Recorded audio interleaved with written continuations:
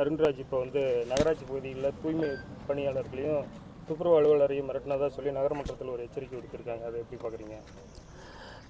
நடக்கின்ற பல விஷயங்கள் எம்எல்ஏவாகிய எனக்கு தெரியும், நகர்மன்ற தலைவர் துணைத் தலைவருக்கு தெரியும். திருச்செங்கோட்டை பொறுத்தவரை மேடு பள்ளமாக இருக்கின்ற பகுதி. திருச்செங்கோட்டினுடைய கழிவு நீரை அகற்றுவதற்கு அண்டர் கிரவுண்ட் ட்ரைனேஜ் போடுவதற்காக அந்த முயற்சிகளை மேற்கொண்டோம். ஆனால் மேடு பள்ளமாக பாறையாக இருக்கின்ற காரணத்தினால் அதற்கான சாத்தியக்கூறுகள் குறைவாக இருந்தது. அப்படி மேடு பள்ளங்களிலேயே வீடுகள் கட்டப்பட்டிருக்கின்றன. பல இடங்களில் இருந்த கழிவு நீரை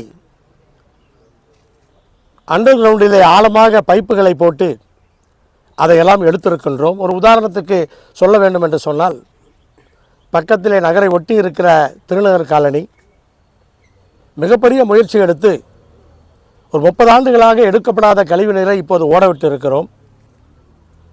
அதேபோல் பல பகுதிகளிலே அந்த கழிவு நீரை அகற்றுவதற்கான அந்த ஏற்பாடுகளை செய்திருக்கிறோம். அதையும் தாண்டி பல இடங்களிலே பள்ளங்களிலே வீடுகள் இருக்கிற காரணத்தினால் அதற்கு ஒரு 74 கோடி ரூபாய் நிதியை பெற்றிருக்கிறோம். முதல் கட்டமாக 35 கோடி ரூபாய் பணிகள் துவங்கப்பட்டிருக்கின்றன. அந்த முதல் கட்டத்திலே 7 இடங்களிலே கிணறு அமைத்து பம்புகளை அமைத்து கழிவு நீரை அகற்றுவதற்கான அந்த ஏற்பாடுகள் இப்போது நடந்து கொண்டிருக்கின்றன. அந்த பணி முடியும் பொழுது முதல் கட்டத்தில் இருக்கிற பகுதிகளிலே கழிவு நீரே எங்குமே தேங்காது. இரண்டாவது கட்டமும் முடிக்கப்படும் பொழுது திருச்செங்கோடு நகருக்குள்ளாக எங்கேயுமே கழிவு நீர் தேங்காது. என்ன பிரச்சனைகள் என்று சொன்னால், நான் சொன்னது போல மேடு பள்ளங்கள், இன்னொன்று ஆங்காங்கே வீடுகள் கட்டப்பட்டிருக்கின்றன, சாக்கடை வசதி செய்யப்பட்டிருக்கிறது. ஆனால் சாக்கடை தண்ணி கடைசியாக பட்டா நிலங்களிலே சென்று முடிகிறது. இப்போது பட்டா நிலங்கள் விலை அதிகமாகிவிட்ட காரணத்தினால் பட்டா நிலங்களிலே யாரும் விடுவதற்கு தயாராக இல்லை.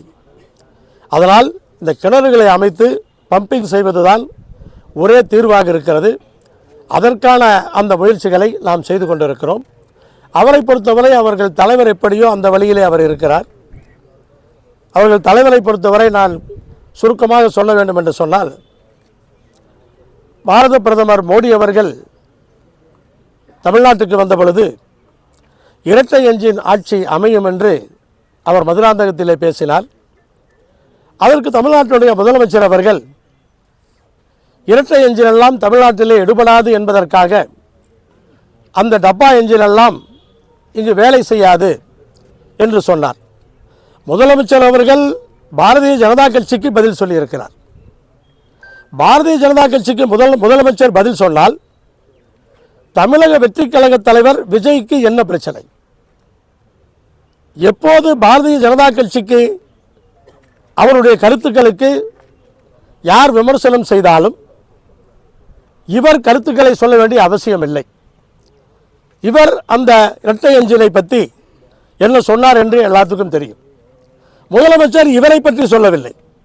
முதலமைச்சர் பிஜேபியை பற்றி சொன்னால் இவருக்கு எங்கே வலிக்கிறது என்று எனக்கு தெரியவில்லை. அப்ப பிஜேபியினுடைய பி டீம் என்று சொல்லாமல் இருப்பார்களா? சொல்லத்தானே செய்வார்கள். அதனால் இது மாதிரி விஷயங்கள் எல்லாம் சம்பந்தம் இல்லாமல் செய்து கொண்டு இப்போதைக்கு நீங்கள் மீடியாக்களிலே இருக்க வேண்டும், ஒரு வைரலாக்க வேண்டும் என்பதை தவிர வேறு எண்ணங்கள் அவருக்கு எதுவுமே இருப்பதாக தெரியவில்லை. அப்படி அந்த பிரச்சனையை தீர்க்க வேண்டும் என்று சொன்னால் இங்கே சட்டமன்ற அலுவலகத்திற்கு என்னை சந்தித்திருக்கலாம், நகராட்சிக்கு நகரமன்ற தலைவரையோ துணைத் தலைவரையோ சந்தித்திருக்கலாம். அதையெல்லாம் விடுத்துவிட்டு ஒரு வைரலாக்குவதற்காக, ஒரு சீன் கிரியேட் பண்ணுவதற்காக அந்த இடத்துல பேசுவதிலே அது தீர்வை காண்கிற முயற்சி அல்ல. இல்லை அதற்கு பிறகாவது என்னிடத்திலே பேசியிருக்கலாம். அதுக்கு எப்படி தீர்வு காணலாம்? ஆனால் இன்றைக்கி நான் தீர்வு காண்கிற ஒரு நிலையில் நான் இருக்கிறேன். அப்போ என்னிடத்தில் சொல்லியிருக்க வேண்டும். அப்போ அந்த ஆர்வம் இல்லையே. அந்த ஆர்வம் இருந்திருந்தால் அது நடந்திருக்கும். நான் என்ன பிரச்சனை என்று சொல்லியிருப்பேன். ஆனால் இதுவெல்லாம் வேண்டுமென்றே செய்கின்ற விஷயங்கள்.